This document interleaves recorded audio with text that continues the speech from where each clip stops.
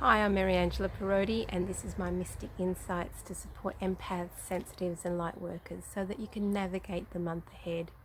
And I'm focusing on November, and as we lead up into Mercury retrograde on the 1st of November till the 21st.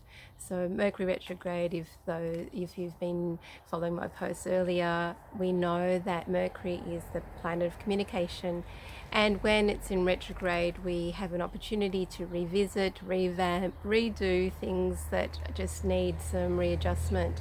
It's not a good time to start anything new. And with this Mercury transit for the 1st to the 21st, it's in the planet Scorpio, the sign Scorpio. So as a water sign, there'll be more emotions coming up for us through November to help us release patterns from childhood around communication, where perhaps we've been silenced or we've suppressed our words, where we haven't been heard in some way. And so I invite you to create a little bit of an altar or a ritual for November to support this process of the issues that are coming up. So November is a part of this highlight for Scorpio. So we are diving deep. Scorpio is a sign where it's a water sign, so all other water signs we're mostly affected, but everyone else is always, challenged by this Mercury issue, where we get to connect more fully to spirit and our guidance, but external, our environment can be a bit challenged. So I invite you to really focus on being still and connected to the earth while these issues are coming up for us to be more aware of. What are the experiences that are coming up that we need to focus on, that we're not avoiding, because if we avoid them or stick our head in the sand, they're just going to come back, and they're going to come back, and because we have an opportunity to revisit, redo all over again. So I encourage you to face the challenges with greater stability, and we'll be focusing on the lower three chakras to really anchor in, because Mercury is all about thinking or overthinking, getting stuck in the head, where we can go into the worry, the fear, the negativity. So let's focus on creating a little bit of a ritual where we're asking to connect to the essence of Mercury. And there might be something that you'd like to create on your altar that represents communication for you, or you may like to invoke some healing guides around communication. And the animal signs are always the birds in this relationship, because communication is the air element. And so parts of our lives, the air element can be over amplified right now, and to balance that we need to ground and connect more fully. So I invite you now to connect more to the earth and breathe up and down from the earth, the core of the center of the earth, and really harness those lower three chakras to ask to release the pain and struggle that we are still holding from childhood. Probably from the age of 2 to 7 are really highlighted for November, where we are asking to release this pattern of constricting our throat, constricting our voice, where we feel like we have nothing to contribute, where others have judged our voice. I know that's a big one for me. In all my learning and my challenges, it's always about expressing and being heard. And so this is a great time to invoke that frequency through an altar, through a ritual, about writing down those experiences that you no longer want to hang on to. What do you actually want to create in your communication? How do you want to be heard? What is holding you back? And just take time to light a candle, to burn some incense, because it's all about the intention is the highlight or the focus of the ritual. Your intention is calling on your guides to really support the transition of what is holding you back from the throat, what fear is still stored there, what grief is still stored there, because we carry a lot from our family around suppression. And so, especially as sensitives, we often feel, we're excluded in some way, or we're in the corner. So this is about having greater visibility with our voice. And as you create this ritual and set your intentions, you're asking your guides to support this transition. And so with this essence of Mercury, we want to begin by channeling in the support of that frequency. And as I said, when I meditated about this, it was definitely the birds, crow, hawk, eagle coming in specifically to have that communication. And you can just meditate on one of those animals or a specific bird that has a beautiful call. It might be kookaburra, it might be a black cockatoo, a white cockatoo, especially for us in Australia.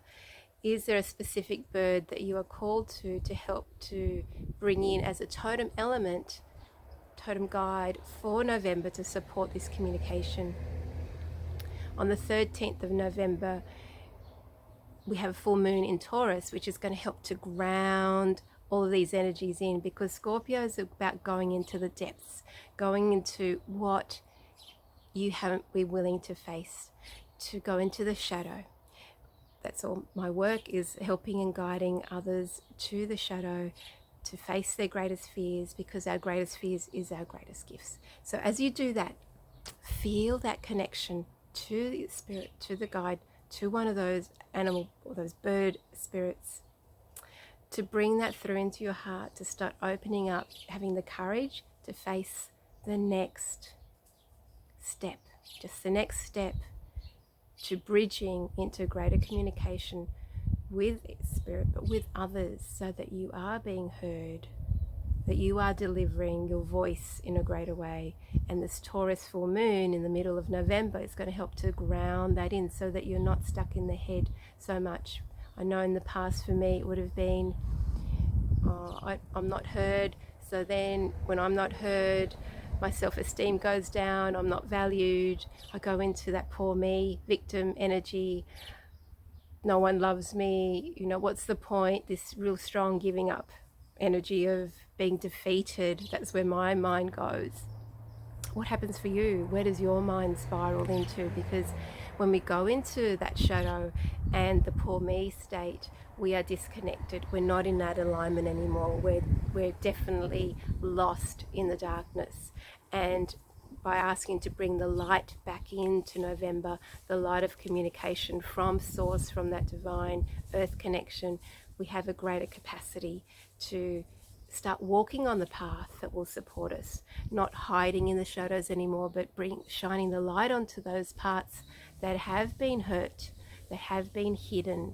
And we, in the past, from the age of 2 to 7, perhaps we didn't have the support to express. I know that I didn't. I know that a lot of my clients, my heart-centered clients, didn't either. And so as we start to walk and bring the light back in and set your intention and light that candle every day for a few minutes to realign and reconnect to the source of your expression, your communication, so that it does feel aligned and grounded. November is also in numerology a number 5 month.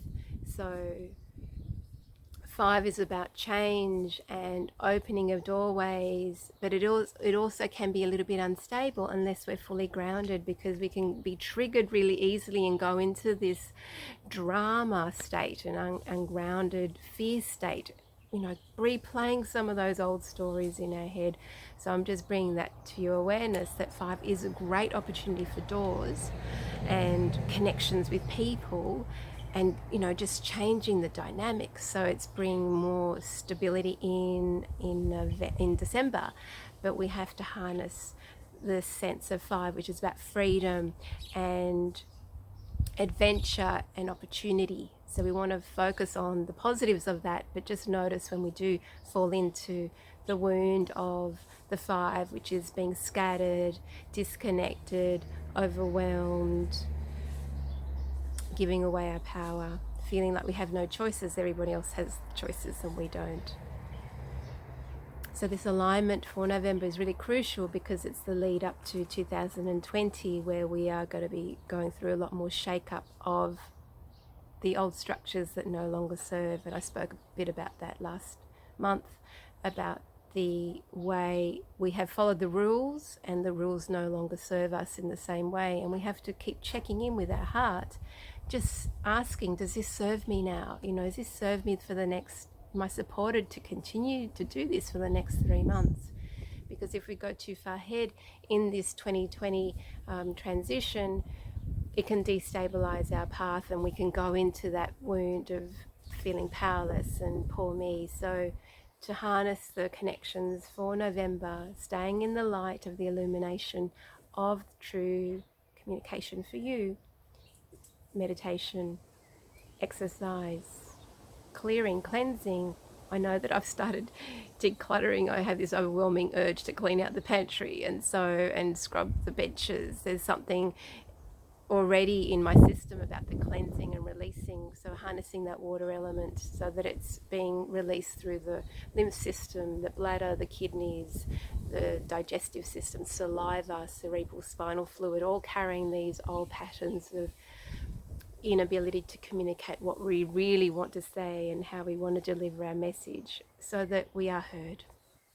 So if you feel like you'd like some support to navigate through the month of November, reach out. I'm here to support you. Or if you feel that this would support somebody else, please share or like or comment. So big love, and it's going to be a great month if we stay in the light of the communication. Good luck with that.